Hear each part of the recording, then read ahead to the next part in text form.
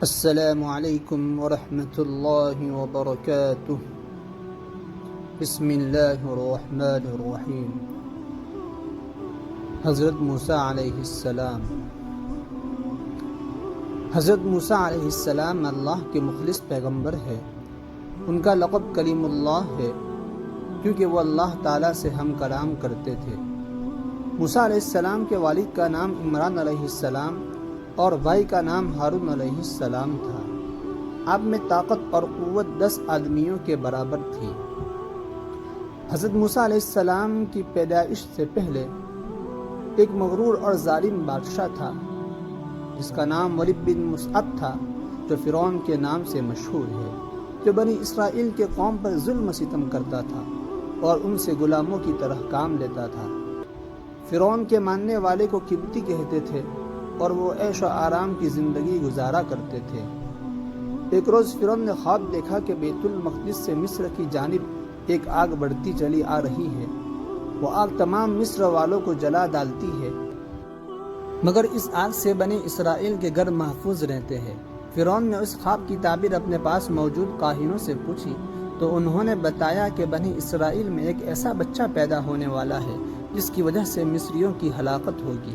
تورات میں ہے اور تاریخ کے جاننے والے بھی کہتے ہیں کہ فرعون کو بنی اسرائیل کے ساتھ اس لیے دشمنی ہو گئی تھی کہ اس زمانے کے کاہنوں، نجومیوں اور قیافہ کاروں نے اس کو بتایا تھا کہ اس کی حکومت کا زوال ایک اسرائیلی لڑکے کے ہاتھ سے ہوگا، اور کچھ تاریخی روایتوں میں ہے کہ فرعون نے ایک بھیانک خواب دیکھا تھا جس کی تعبیر دربار کے جوتشیوں اور کاہنوں نے وہی دی تھی جس کا ذکر گزر چکا ہے۔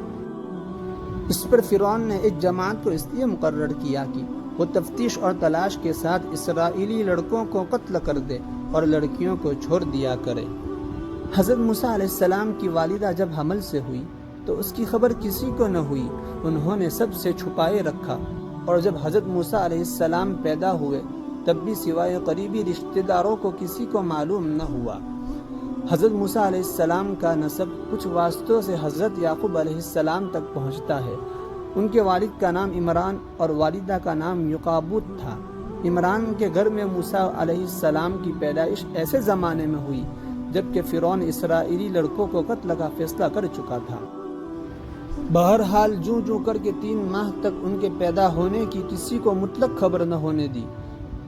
اس سخت اور نازک وقت میں آخر اللہ تعالیٰ نے مدد کی اور موسیٰ علیہ السلام کی والدہ کے دل میں یہ بات ڈال دی کہ ایک تابوت کی طرح کا صندوق بناؤ جس پر رال اور روغن پالش کر دو تاکہ پانی اندر اثر نہ کر سکے، اور اس میں اس بچے کو حفاظت سے رکھ دو اور پھر اس صندوق کو نیل ندی کے بہاؤ پر چھوڑ دو۔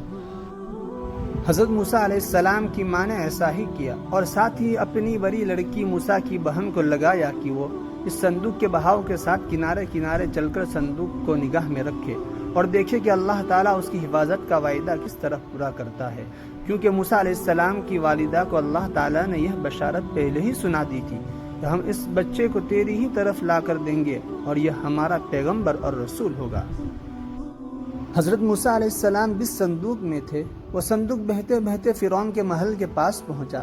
محل کے درباریوں نے صندوق کو نکال لیا۔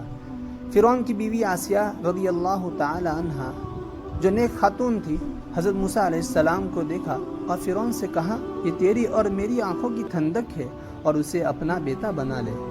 جب حضرت موسیٰ علیہ السلام کو بھوک لگی اور دودھ کے لیے رونے لگے تو دودھ پلانے والیاں لائی گئی، لیکن موسیٰ علیہ السلام نے کسی کا دودھ نہیں پیا۔ قریب ہی میں موسیٰ علیہ السلام کی بہن جو آپ کی نگرانی کرتے ہوئے پیچھے آئی تھی کہنے لگی، میں ایک گھر جانتی ہوں جو اس بچے کو دودھ پلا سکتی ہے۔ اس طرح اللہ تعالیٰ نے موسیٰ علیہ السلام کو واپس ان کی ماں کے پاس لوٹا دیا۔ موسیٰ علیہ السلام نے فرعون کے محل میں پرورش پائی اور جوان ہوئے۔ اللہ تعالیٰ نے موسیٰ علیہ السلام کو طاقت و قوت بہت عطا کی تھی۔ ایک دن موسیٰ علیہ السلام نے 2 لوگوں کو آپس میں لڑتے ہوئے دیکھا۔ اس میں سے ایک بنی اسرائیل سے تھا اور دوسرا قبطی تھا۔ بنی اسرائیل کے شخص نے آپ سے مدد مانگی، آپ نے مدد کا ارادہ کیا اور قبطی کو ایک مکہ مارا جس سے اس کی موت ہو گئی۔ حضرت موسیٰ علیہ السلام کا مقصد قتل کا نہیں تھا اور آپ نے اللہ تعالیٰ سے توبہ کی۔ اگلے دن جب موسیٰ علیہ السلام شہر کی طرف نکلے تو دیکھا کہ وہ بنی اسرائیل پھر سے کسی سے جھگڑ رہا ہے اور آپ کو دیکھ کر پھر سے آپ سے مدد طلب کی۔ آپ نے فرمایا تو تو جگرالو آدمی ہے، اور اس کے مقابلے والے قبطی کی طرف ہو گئے۔ بنی اسرائیل نے کہا کہ کل جیسے ایک آدمی کو مارا تھا، کیا آج مجھے بھی مار ڈالو گے؟ اس کی اس بات سے آپ سمجھ گئے کہ کل والی بات پورے شہر میں پھیل گئی ہے۔ جب فرعون کو پتہ چلا کہ موسیٰ علیہ السلام ہی مصری کے قاتل ہے، تو فرعون نے جلاد کو حکم دیا کہ موسیٰ کو گرفتار کر کے حاضر کرے۔ مصریوں کے اس مجمع میں ایک معزز شہری وہ بھی تھا جو دل و جان سے حضرت موسیٰ علیہ السلام سے محبت رکھتا اور اسرائیلی مذہب کو جانتا تھا۔ یہ فرعون ہی کے خاندان کا آدمی تھا اور دربار میں حاضر تھا۔ اس نے فرعون کا یہ حکم سنا تو فرعونی جلاد سے پہلے ہی دربار سے نکل کر دوڑتا ہوا حضرت موسیٰ علیہ السلام کی خدمت میں حاضر ہوا اور ان سے سارا قصہ بیان کیا اور ان کو مشورہ دیا کہ وہ اس وقت مصلحت یہی ہے کہ خود کو مصریوں سے نجات دلائیے اور کسی ایسے مقام پر ہجرت کر جائیے جہاں ان کی پکڑ نہ ہو سکے۔ حضرت موسیٰ علیہ السلام نے ان کے مشورے کو قبول فرمایا اور ارض مدین کی طرف خاموشی کے ساتھ روانہ ہو گیا۔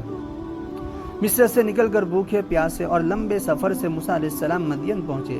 ایک جگہ پہنچے تو دیکھا کہ ایک چشمے پر ایک حوض ہے جہاں کچھ لوگ اپنے جانوروں کو پانی پلا رہے ہیں۔ قریب ہی آپ نے دیکھا کہ دو عورتیں ہیں جن کے پاس بکریاں تھیں، وہ پانی کے قریب اپنی بکریوں کو روکے ہوئے تھی۔ موسیٰ علیہ السلام نے پوچھا کیا معاملہ ہے، اپنی بکریوں کو پانی کیوں نہیں پلاتی؟ وہ بولی کہ جب تک یہ چرواہے اپنے جانوروں کو پانی نہیں پلا لیتے ہم نہیں پلا سکتی، اور ہمارے والد بہت برے ہیں۔ یہ سن کر موسیٰ علیہ السلام نے آگے بڑھ کر ان سب کو ہٹایا اور بکریوں کو پانی پلایا۔ دونوں عورتیں واپس ہوئی اور سارا قصہ اپنے والد کو سنایا۔ دونوں عورتوں میں سے ایک حضرت موسیٰ علیہ السلام کے پاس شرماتے ہوئے آئی اور کہا کہ میرے والد آپ کو بلا رہے ہیں کیونکہ آپ نے جو ہماری بکریوں کو پانی پلایا اس کی اجرت دے سکے۔ حالانکہ موسیٰ علیہ السلام نے یہ عمل کوئی اجرت کے لیے نہیں کیا، لیکن ان کو سخت حاجت تھی، اس لیے آپ ان کے ساتھ چل پڑے۔ گھر پہنچ کر حضرت موسیٰ علیہ السلام کی ملاقات حضرت شعیب علیہ السلام سے ہوئی۔ حضرت شعیب علیہ السلام کی بیٹی نے کہا کہ آپ ان کو مزدوری پر رکھ لے کیونکہ یہ طاقتور بھی ہے اور ایماندار بھی۔ پھر حضرت شعیب علیہ السلام نے اپنی ایک بیٹی سے ان کا نکاح کر دیا اور مہر کے عوض 8 سال مزدوری کو کہا، اور یہ بھی کہا کہ اگر 10 سال کرو تو یہ بہتر ہے اور احسان ہے۔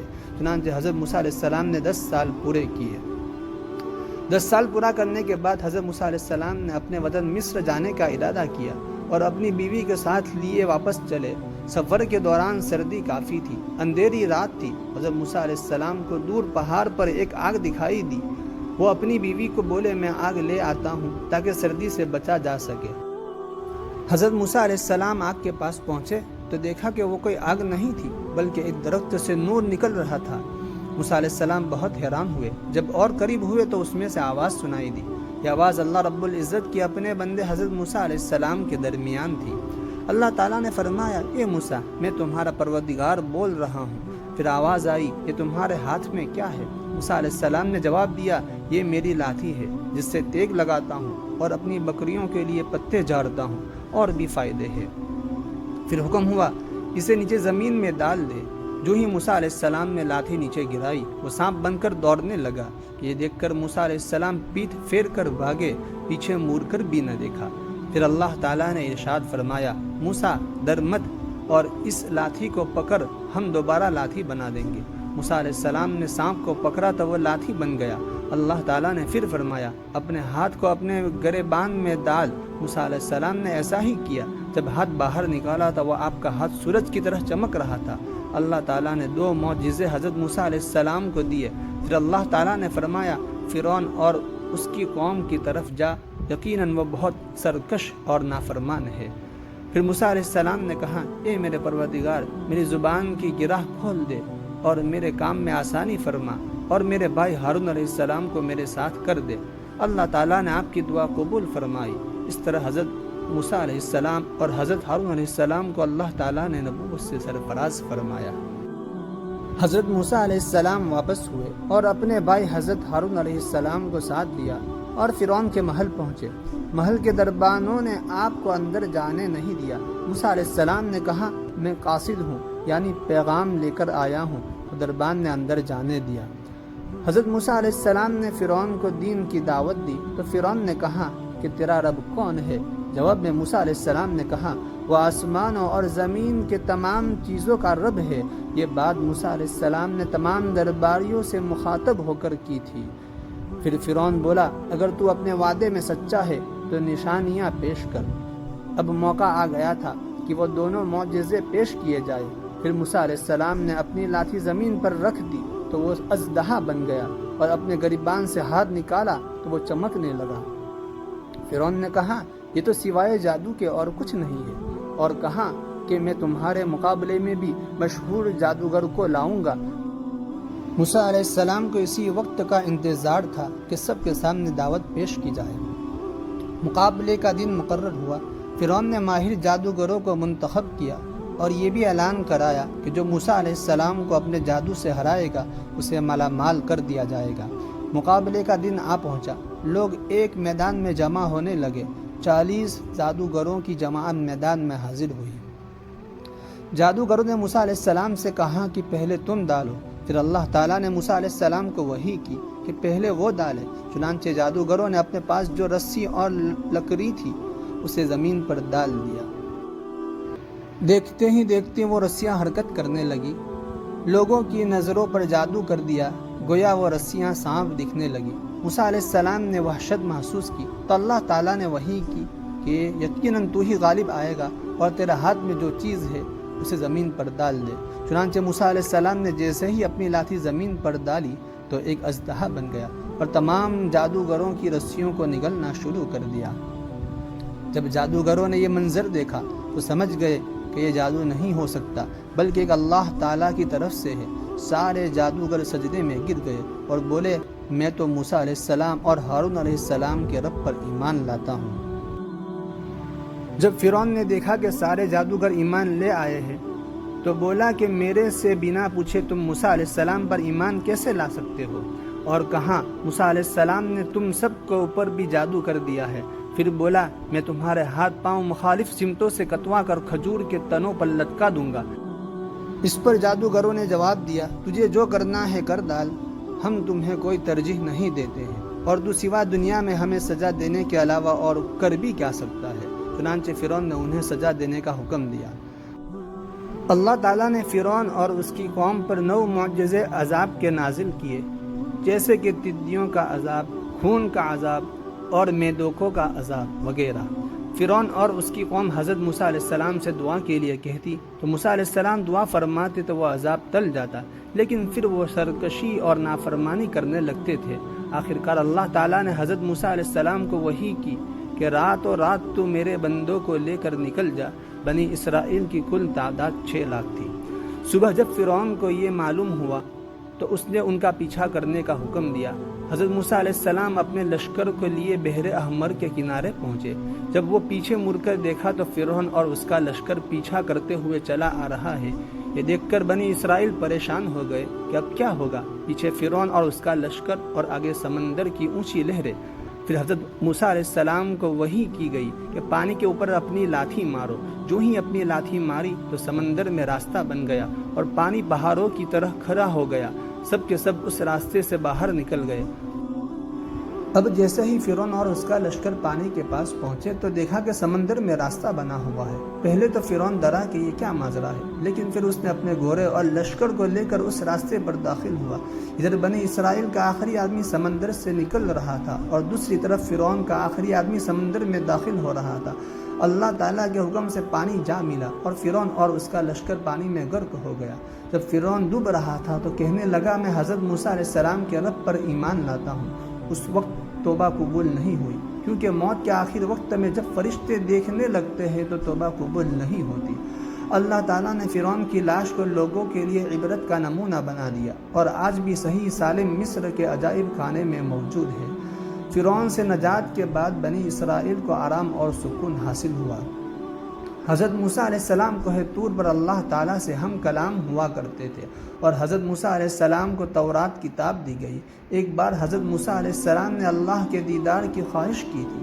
بہت اصرار کے بعد اللہ تعالیٰ نے اپنے نور کی ایک چھوٹی سی تجلی ڈالی، جس کی وجہ سے پہاڑ ریزہ ریزہ ہو گیا اور حضرت موسیٰ علیہ السلام بے ہوش ہو گئے اور بعد میں اللہ رب العزت کے بارگاہ میں معافی مانگی اور سجدہ ریز ہوئے۔ دوستو، آپ کو یہ واقعہ اچھا لگا ہو تو ویڈیو کو لائک کیجیے اور ہماری چینل کو سبسکرائب کیجیے۔ اللہ حافظ۔